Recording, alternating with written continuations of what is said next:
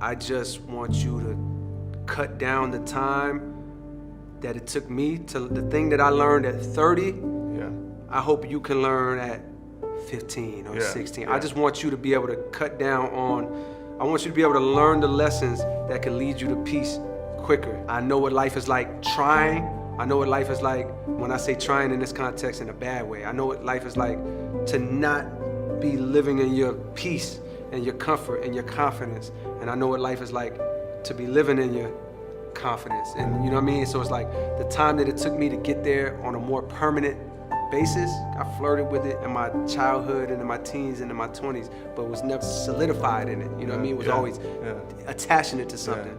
But I think that's what I hope for them is like, yo, whatever comes after that is it doesn't matter. You know what I mean? As long as you feel at peace and comfortable, and you know, and that's really it. Like that would be the biggest blessing. Everything after that is a bonus. Once you just enjoy life on a content level, it's a bonus.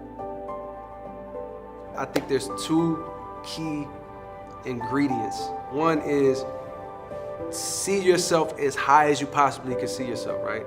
So if someone wants to like be in the NBA, like they want to be an NBA player, to me that's not enough. There's a wide range of NBA players, right? There's an NBA player that never saw the floor.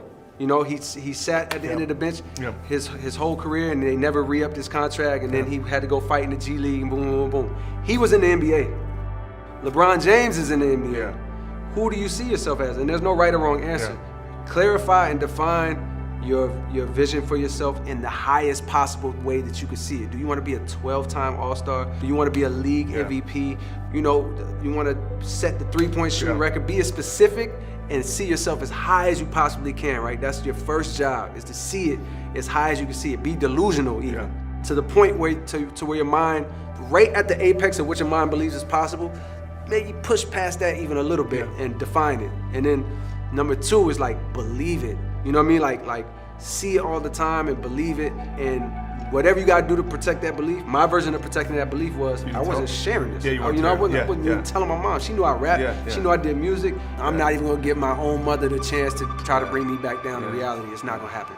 You know what I mean? Like, not gonna happen. So number one, dream as high as you possibly can. See yourself, not even dream. See yourself as high as you possibly can. Define that. Don't just say I want to do such and such. Because if you mess around and get such and such, you're gonna be mad that you didn't think about higher. There's a lot of people that do that. They're like, man, why didn't I think about being this instead of just this? Because at the time you thought just this was it. But do the thought work and see where you really want to be. You have to do the work, and because you love it, it's not always gonna feel like work, but sometimes it is.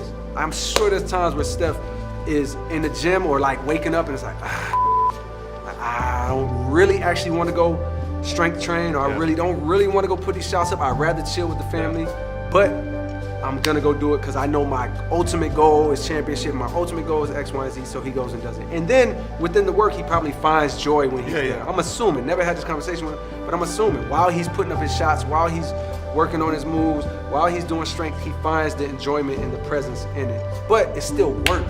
You know what I mean? Like, it's still work. So those are like the three things that I would tell anybody, whether they're 10 years old or 30 years old. You have to see yourself in the highest, and the world will fill in the rest.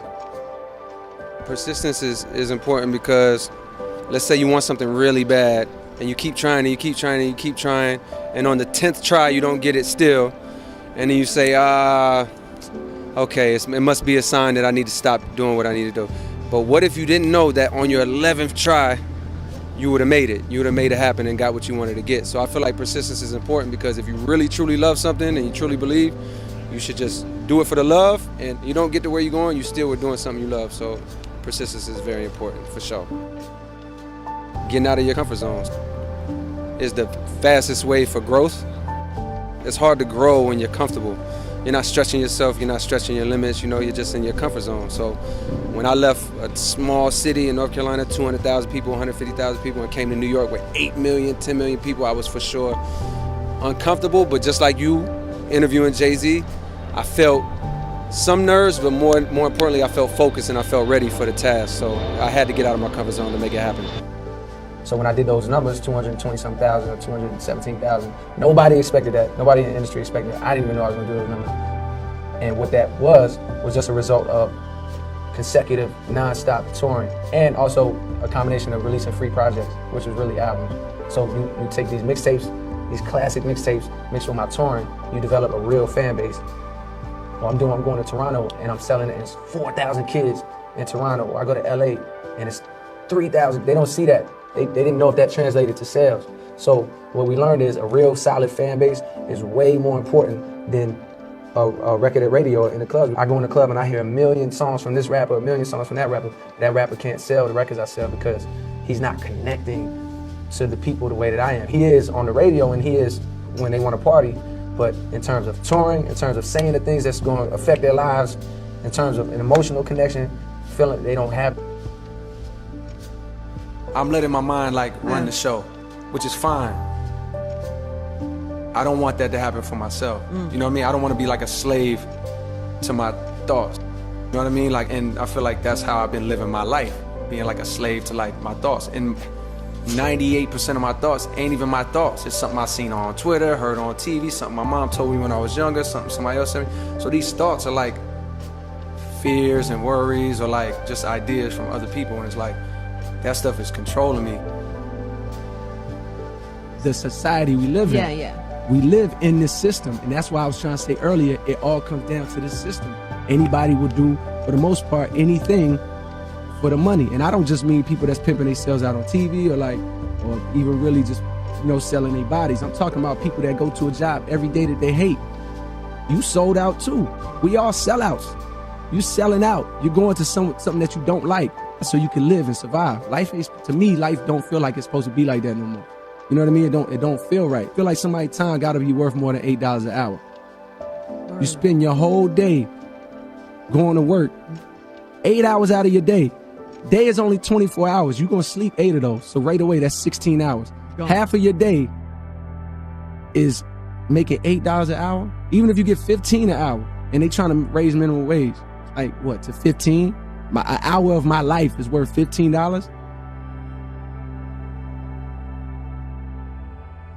You have to stop looking at what you don't have and what's not happening for you and start appreciating like what you do actually have. Like, my man, you got on a nice watch, like your hat is fresh, like you're in New York City, it's the land of opportunity, you know what I mean? You're a good looking guy, I'm sure you got maybe a girlfriend, like there's a lot of things, your family, there's a lot of things to be grateful for.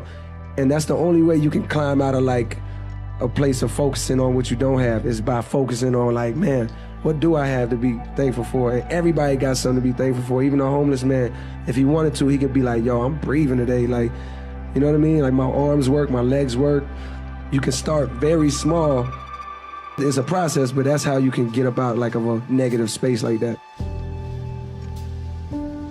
But when I was young, I thought that success was all I needed. That's what was gonna bring the happiness. Buying my mom a house, being the fame, the accolades, having people say, yo, you are the best in the game. I thought those would be the things that would bring happiness. And then when those things came, the happiness wasn't there. And I realized why that was. There was such an attempt to achieve these things and to keep going that you lose sight of the people and the blessings that you have around you. You're so focused on the next success, the next step in your career, the next check, whatever it is, and you forget the fact that you have these things that seem small if you're looking that way, but if you look this way, you realize they're the only thing that matters, and that's your mother, that's your family, that's love. Any musician, period, any artist, I think just absolutely do what's in your heart, period. Say what's on your mind, speak what's in your heart and how you really feel. When you're trying to be something else, when you're trying to fit into what's going on, it's like you kind of stray away from your path a little bit. And sometimes you want to expand your style and like grow, and that's always good, but like never veer too far from who you are, you know, as a person. I don't buy into my own hype. You know, like I'm grateful for the reactions and the appreciation, but I don't buy into like, yeah, I'm the man. Like, nah, I feel like I got a lot left. I'm gonna be here for years. Like, being hot in 2013 is cool, you know, and being critically acclaimed in 2013 is cool, but like, what about 2020? Like, where am I gonna be? I don't wanna be making a documentary 20 years from now talking about like this as if it was the end.